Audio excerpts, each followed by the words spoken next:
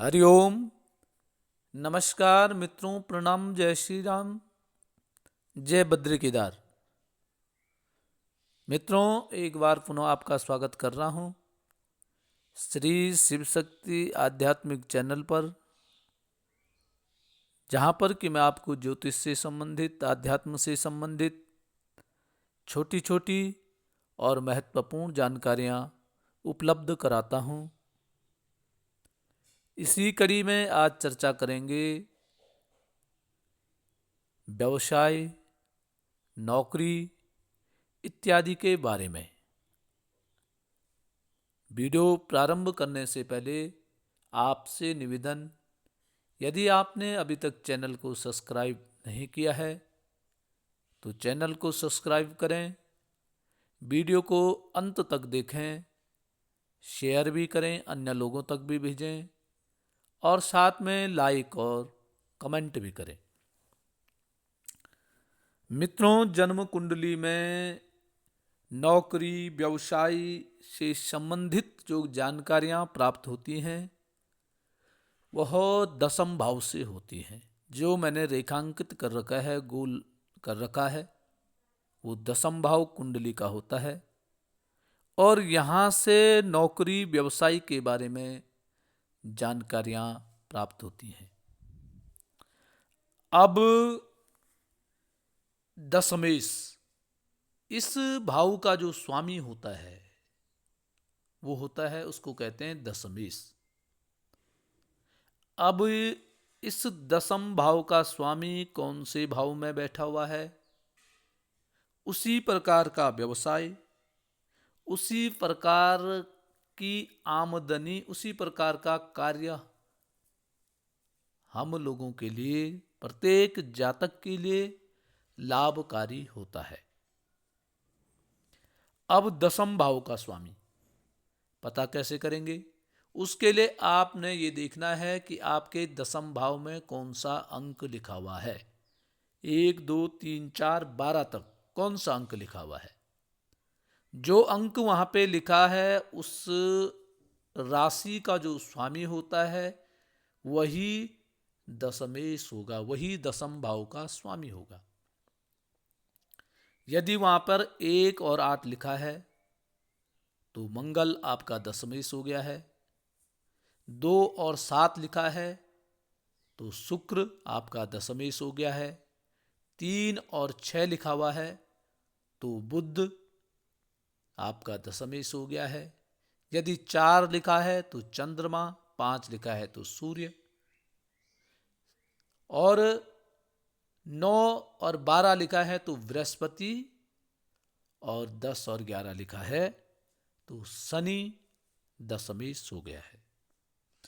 अब ये जानकारी प्राप्त करेंगे कि दशमेश आपका विराजमान कहाँ है, कौन से भाव में बैठा हुआ है।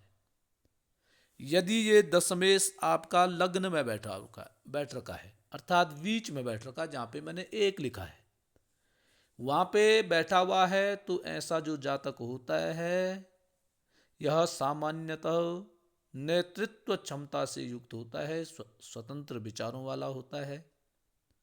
ऐसा जातक कर्तव्यनिष्ठ व समाज में प्रतिष्ठित होगा। और यदि लग्नेश से युक्त हो अथवा दशमेश लग्नेश से युक्त होगा और उच्च का है, बली है, शुभ दृष्टि है, तो ऐसा व्यक्ति किसी प्रसिद्ध संस्थान का प्रमुख होता है। अर्थात ऐसा व्यक्ति स्वतंत्र नौकरी करेगा, स्वतंत्र बिजनेस, व्यापार, किसी संस्था का, किसी संगठन का प्रमुख ऐसा व्यक्ति होता है। यदि मित्रों यही दशमेश यदि दूसरे भाव में बैठा हुआ है तो ऐसा जो दशमेश है वह शारीरिक कष्ट देता है। ऐसा व्यक्ति रोगी होता है। और यदि अशुभ ग्रहों का प्रभाव हो तो व्यक्ति गलत कर्मों से धन अर्जित करता है, जिसका खामियाजा उसे षष्टेश अष्टमेश की दशा में भुगतना पड़ता है। अर्थात यदि दशमेश दूसरे धन भाव में बैठा हुआ है, तो ऐसा व्यक्ति गलत मार्गों से धन अर्जित करता है। अर्थात वो नौकरी एक जगह नहीं करेगा, अनेक जगहों वो जाता रहेगा और धन उसके पास होता है, अधिक धन होता है, धन संचय तो करता है, परंतु धन एकत्रित करने का मार्ग उसका ठीक नहीं होता है। अब बात करेंगे दशमेश तृतीय भाव में। यदि दशमेश तीसरे भाव में विराजमान है तो ऐसा व्यक्ति एक तो साहसी होता है, ऊर्जावान होता है, सशक्त होता है और अपने कार्य से संबंधित छोटी छोटी यात्राएं ऐसा व्यक्ति करता रहता है। यदि दशमेश क्रूर ग्रह है तो व्यक्ति विभागीय किसी भी प्रतियोगिता में हमेशा श्रेष्ठ रहता है। ये जिस भी विभाग में नौकरी करता है तो अपने वरिष्ठ जनों से, अपने जो अपने से बड़े होते हैं पद में, कद में, उनको प्रसन्न करने की इसमें अद्भुत कला होती है। ये नौकरी करने वाला होता है और नौकरी भी बड़े शान और शौकत से यह नौकरी करता है। अब बात करेंगे चतुर्थ भाव में। यदि मित्रों यही दशमेश चतुर्थ भाव में बैठा हुआ है, दशमेश यदि क्रूर ग्रह है तो जीवन में चरमोत्कर्ष प्राप्त करता है। यदि ठीक है तो व्यक्ति सदाचारी, दृढ़ स्वभाव और विख्यात होता है। उदार व आदर्शवादी ऐसा व्यक्ति होता है। ऐसा व्यक्ति नौकरी भी करता है परंतु साथ साथ में व्यवसाय करने वाला भी होता है। प्रत्येक भौतिक सुख के साधन ऐसे व्यक्ति के पास होते हैं।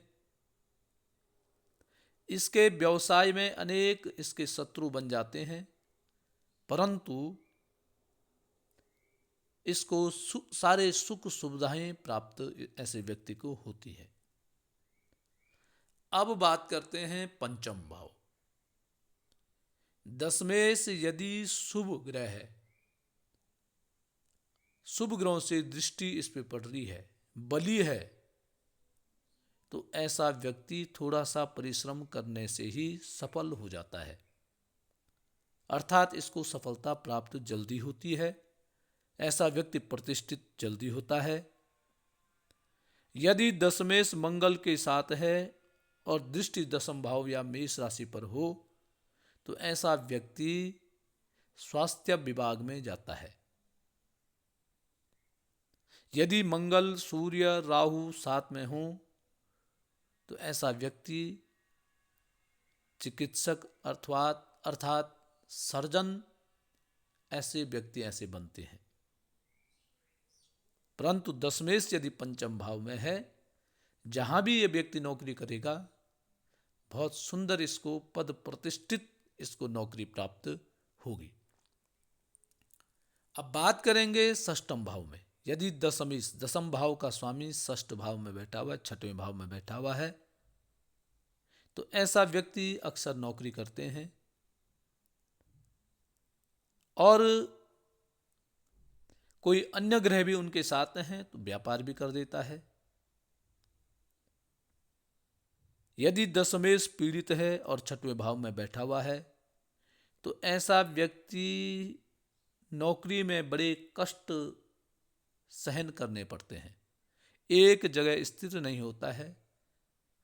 इसके स्थानांतरण अनेक जगह होते रहते हैं और व्यवसाय यदि करता है तो व्यवसाय में उतार चढ़ाव इसके होते रहते हैं। तो ऐसे व्यक्ति को यदि व्यवसाय कर रहा है तो अपने अकेले दम पर व्यवसाय करना चाहिए। यदि मिलजुल करके ये व्यवसाय करता है तो वहाँ इसको लाभ की प्राप्ति नहीं होगी। तो मित्रों, ये था दशमेश की स्थिति पहले से छठवें भाव में तक कैसी होती है। आज के लिए मित्रों इतना ही। कल पुनः किसी नई जानकारी के साथ आपके सामने प्रस्तुत होऊंगा। तब तक के लिए नमस्कार, प्रणाम, जय श्री राम, जय बद्री केदार।